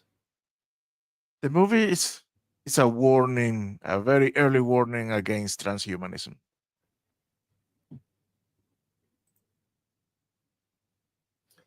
So yeah, the film was developed in '79. The concept, it was like a series of storyboards. Because I don't think he actually wrote anything down. And it came up while he was doing work on Brazil. And Monty Python manager and producer Dennis O'Brien had difficulty understanding the concept of Brazil. And of course, he's George Harrison's partner at Handheld Films. So Gilliam decided, on the idea that, to make a family movie, that they would fucking understand that. And so O'Brien had set up Handmade Films in London with former Beatle George Harrison to produce Life of Brian. And the initiative was to produce more films with Python talent. When Gilliam's pitch was accepted, he co-wrote the script with fellow Python Michael Palin. And I love Michael Palin. Sean Connery was cast as Agamemnon after he met with producer O'Brien on a golf course over golf. A reference in the script introduced the character with a joke description. Removing his helmet reveals himself to be none other than Sean Connery, or an actor of equal but cheaper stature. Connery was a Python fan and agreed to do the role for a nominal fee in order to return for a share of the gross profits, which probably made him a lot of money with that $42.4 million it made. Just theatrically. Not even talking about home video and all that shit. Because he gets part of that too. Now, The part of I wanted to see what Alpha's saying here. I can't remember what's a good that. Your sax is Electra. It's not complex. Yeah. The Oedipus Electra complex. Or as some people say, Oedipus. And I'm like, don't say it. No. That's weird. That's really fucking weird. Because I heard a guy say that when I was in fake college at a party. It's called Oedipus. And I went, why don't you, weirdo? Your mom. That's weird. The part of Robin Hood was originally written for Palin, but John Cleese was eventually cast as his name was considered more bankable. Palin decided to appear with Shelley Duvall in the small recurring roles of Vincent and Pansy. Cleese based his performance on the Duke of Kent by watching him having meaningless conversations with footballers at the FA Cup final during the team lineup before the match. Cleese remarked, quote, "It always struck me as the most extraordinary ritual, the complete futility of that walking up and down thing." And it's kind of what he does in the movie. He's like, "Thank you very much for everything you've done. You give us so much, and this in return is a gift from us." And then a punch to the face. I fucking love that. That's fucking funny. So Ralph Richardson cast as the Supreme Being was because he was regarded pretty much, quote, as near to God in the acting profession as you get. Richardson took his role seriously, marking out his lines in red ink and occasionally saying, "God wouldn't say that." Two of the actors that were considered for Mrs. Ogre were Ruth Gordon, who I think would have been perfect, and Gilda Radner, which I think to a lesser degree, were considered for the role. And Palin felt that Gordon was the best choice. She's perfect. She's perfect for that part. But she was busy shooting a little movie called Any Which Way But, or Any Which Way You Can, the sequel to Any Which Way But Loose. The studio wanted Radner considered because she was bankable, but Gilliam campaigned for Katherine Hellman due to her popularity on the TV comedy Soap. And she won, and I'm glad, because if it's not Ruth Gordon, it needs to be her. Jonathan Pryce was offered the role of Evil, but he was already contracted to work on a film called Loophole, which did not do that well. But he's paid better. So that's all that matters in the end is the paycheck, I guess. Filming the film was partly on location at Raglan Castle, like you had mentioned,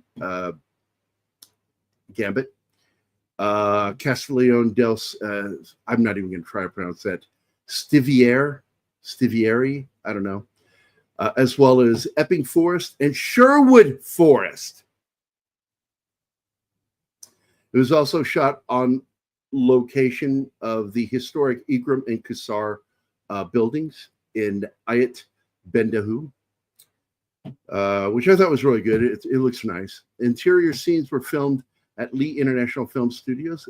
Gilliam said he wanted to film from a kid's point of view and therefore shot a lot of the scenes at low angles. He also said, quote, "Fearing a child wouldn't sustain the film, let's surround them with people similar in height," end quote. This film to me was pure inspiration, and it saved his ass financially because he was in trouble, financial trouble at the time. So anyway, during post-production, Gilliam had argued about changing the story's downbeat ending. He won every argument with O'Brien, pressuring him, but Harrison would stand with him. But Harrison himself would go up against him at one point because he wrote a song called Dream Away, and he didn't want any songs in it with lyrics. He didn't want anything in this movie like that. But $5 million says a lot. So George Harrison won the fight and got the song in. Putting his office building at stake. I mean, he didn't just give money, he took a risk. And by the way, by putting that song in the film, it made it property of the film. So any money made off of that was a shared percentage to anybody involved with percentages, including Sean Connery and Terry Gilliam. So made a lot of money. The movie was released later in Japan in '83. Many cinemas outside of the major metropolitan areas, preview screenings were shown as a double feature alongside the domestic production. Harmageddon, which I don't fucking remember that movie. Does anybody remember that movie? It's Japanese. I don't remember. It's called Harmageddon. Nope. Never heard of it. It's science fiction manga. Anyway, a commercial for commercial reasons on the part of the distributor who wanted to sell it as a children's program. Editing was carried out in a manner unique to Japan and neglected the true intent of the story by doing it. Part of the scene was Robin Hood and the cannibal couple, and the last, it's not a cannibal couple, they're fucking ogres. And the last scene where the parents disappear were completely cut out of the film, resulting in a running time of 103 minutes, approximately 13 minutes shorter than the original film. The last scene was used uncut when it was aired on TV later on, and that was in January of '88. And like I said, this movie did fairly well. In the United States, it earned $36 million. Globally, it earned $42.4 million. And then, of course, like I said, for sales to HBO or networks like that, or main networks or what have you, that gets part of that deal too, gets paid out to anybody getting a share. So they made a lot of money off this film, I guarantee you.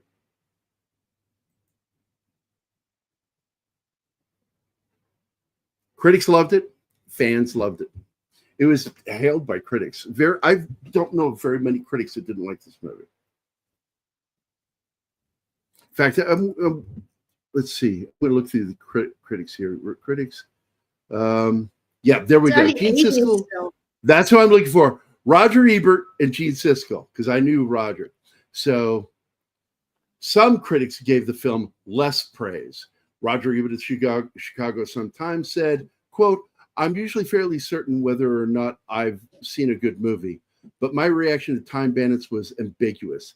I had great admiration for what was physically placed on the screen, but I was disappointed by the breathless way the dramatic scenes were handled and by a breakneck pace that I feel undermined the most important elements of the comedy, which is timing." Gene Siskel of the Chicago Tribune thought it was, quote, "an uneven special effects extravaganza." Yeah, a $5 million film. Gotcha. Sure thing, Gene. "Unfortunately, there are too many visits to famous people," end quote. So there you go. And I used to say, if Siskel and Ebert didn't like it, I'm probably going to like it. Okay, Gambit saw Harmageddon. What's this? It's called Genma Tyson in Japanese. Okay, very cool. Yeah, the TV series, it was garbage idea from the beginning. Like, let's recast everybody as like people of color and gender. Venkman's girl had a question to that earlier. Did they even get dwarfs for the series? Nope. Did they get what? Dwarfs. You both say it at the same time, makes it even harder for me to understand. Go, Anima. No, I'm trying to find the comment that's easier. Dwarves, little people. Dwarves. Well, she used midget, but it's not the right word. They're not midgets. Yeah, midgets are people that they look like physically normal, tiny normal adults. proportions is what he's. They look like children. They almost look like children, and those are midgets. And dwarves are people who have dwarvism, and it's a condition that it causes certain things: the club fingers, the club toes. The only normal-sized thing in somebody with dwarfism is the head. Everything else is screwed. Larger head. And because dwarfism is common. And I don't think there are any dwarves in the remake. Not according to the picture that I saw. In fact, we were watching a Charlie Chan Goes to the Circus one of my favorites. And there's a midget couple. They're not dwarves, they're midgets. And they look like children at first dancing. Then you realize, oh my God, they're full-grown adults. There you go. Yeah, the main cast is all that matters. Yeah, absolutely. You nailed it, Bill. Not in the main cast, and that's all that matters. My siblings, who are all younger and all very much taller than me, call me vertically challenged. I simply refer to her as fun size. Yeah. So, trying to think if there's anything I failed to mention. Oh, there's a really cool scene where they fall through the carriage onto the two characters. I just forgot it. What's the characters called? Vincent and Pansy. Vincent and Pansy are in their carriage in the Robin Hood scene, and the Time Bandits fall through the cabbage after they've been into the carriage after they've been robbed, and Terry Gilliam climbed up on the scaffolding that they would jump off of to show them how to avoid hitting the actors, and in the process, he actually landed on Shelley Duvall, which I like. Way to go, Terry Gilliam. It's not bad enough the way she was treated by Stanley Kubrick. You had to jump on her physically.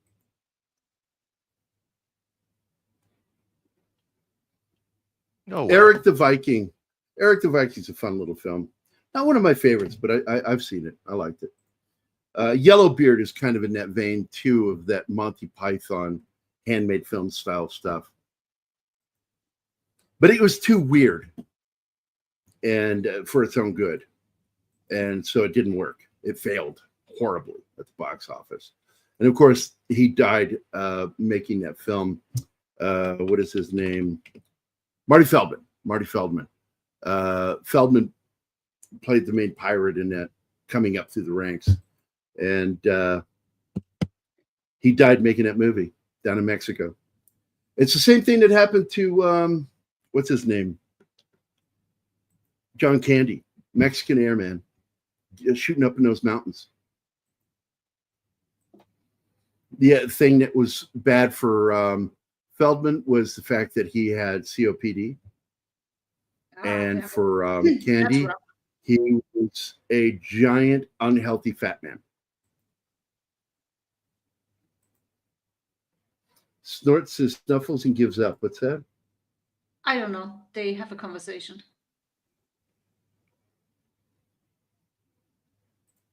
Oh, they're talking about power utility. Okay. I'm too tired to follow chat, to be honest. I wish Terry Jones had been in this. I love Terry Jones. Yeah. Broke my heart. We've lost, two of the main Monty Python guys. Terry Jones to Alzheimer's, and Graham Chapman to cancer.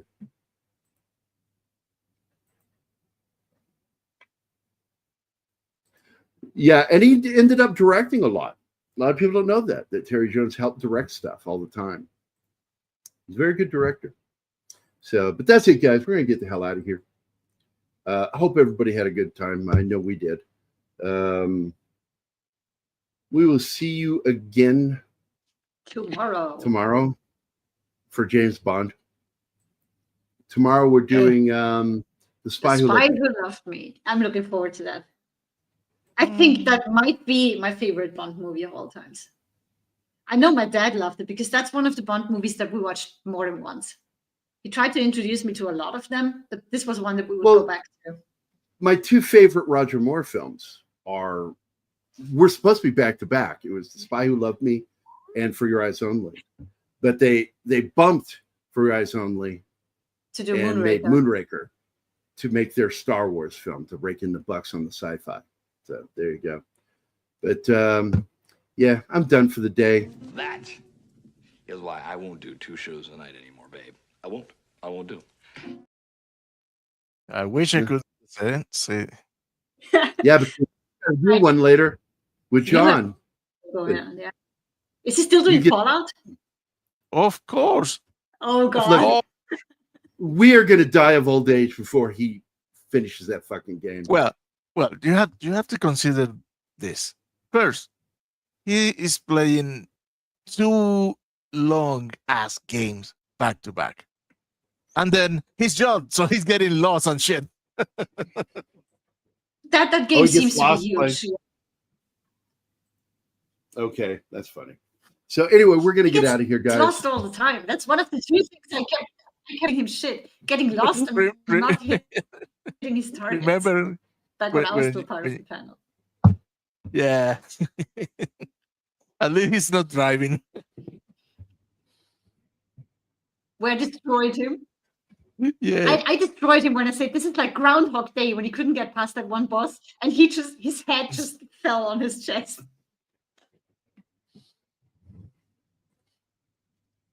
All right, let's get going. Okay. Yes. All right. So once again, this episode's been brought to you by Backdoor Beaver. I'll put that away. So don't forget. I hate it when she says that to me. And on Monday, don't forget we're going to be doing Taken, the movie where this is before he becomes a terrible father and a terrible husband. This is a movie where he's being a good dad, sort of, in his own way, weenie way. So, again, we will see you tomorrow for James Bond, The Spy Who Loved Me. Looking forward to talking about that film. Love that movie. I really do. And until then, guys, everybody, have a great Friday. Bye. Bye.